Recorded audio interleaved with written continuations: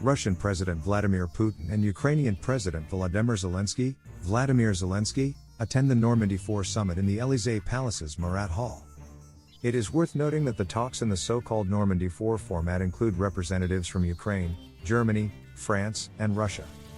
Russia's dealings, or, more precisely, its clashes, with the West have been centered on a single country that has been a focal point of contention in recent years, Ukraine. This week, the spotlight returns to Russia, with a series of high-stakes meetings between Russian and Western officials aimed at diffusing escalating tensions between Russia and its neighbor.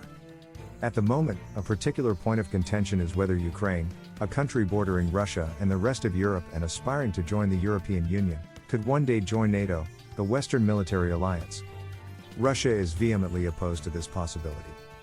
As the Russian Council prepares to meet with NATO officials in Brussels on Wednesday, CNBC has evidence demonstrating Russia's interest in Ukraine and the lengths to which it might go to prevent Ukraine from joining the alliance.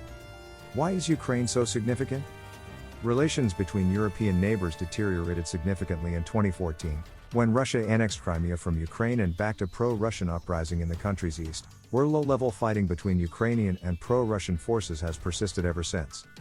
Tensions have risen further in recent months, as multiple reports surfaced of Russian troops massing on the Ukrainian border, fueling widespread speculation that Russia is preparing to invade the country.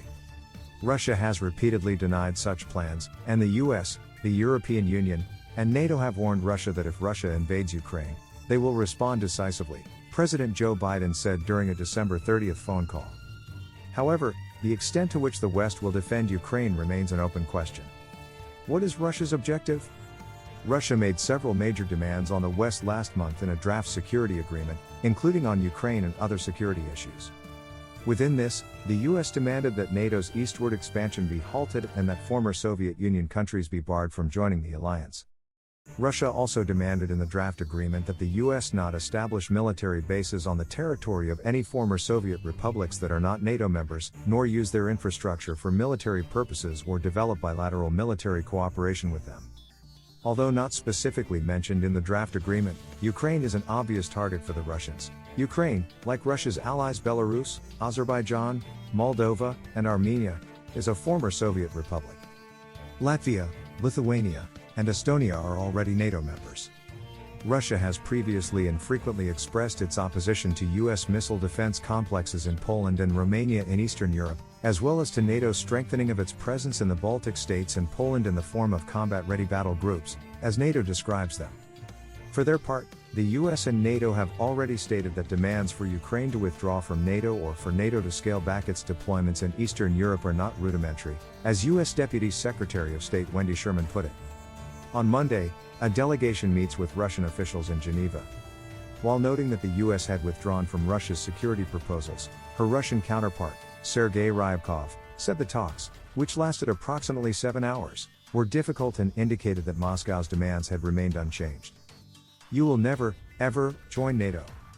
With no apparent progress in Monday's talks, hopes are being placed on additional discussions between Russian and NATO officials in Brussels on Wednesday, as well as additional discussions at the Organization for Security and Cooperation in Europe in Vienna on Thursday.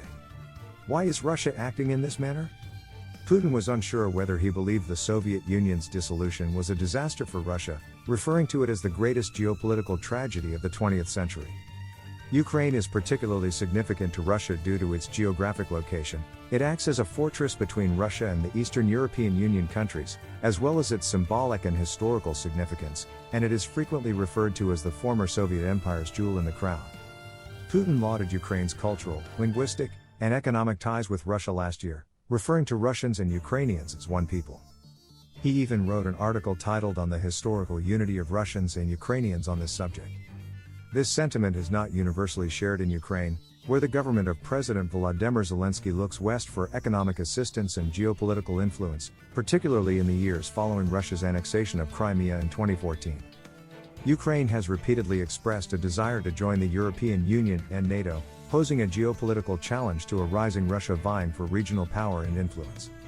Numerous strategists and close observers of Russian politics believe that Putin, who has served as prime minister and president alternately since late 1999, has a strong desire to invade Ukraine.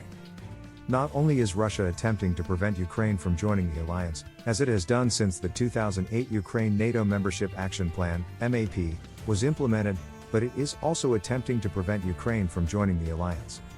To extricate Ukraine from the circle of Western influence into which it has gravitated since the 2014 Ukrainian Revolution. While NATO membership is highly symbolic, Russia will not accept a situation in which the West significantly expands its military assistance to Ukraine. Russia's willingness to go this far is debatable.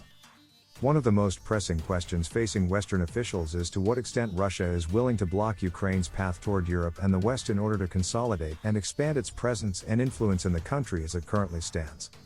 The Russian delegation insisted during Monday's talks that there are no plans to invade Ukraine, but analysts are skeptical. A Russian invasion of Ukraine is still a possibility, Angela Stint, Emeritus Director of Georgetown University's Center for Eurasian, Russian, and Eastern European Studies, told CNBC on Tuesday. "Let's say 50-50 for now," she said, adding that the invasion could be more limited than a massive one. "That danger remains," she stated. Maximilian Hess concurred, stating, "I believe Russia is prepared to fight, but I believe the Kremlin would not want a war that extended beyond the current fronts.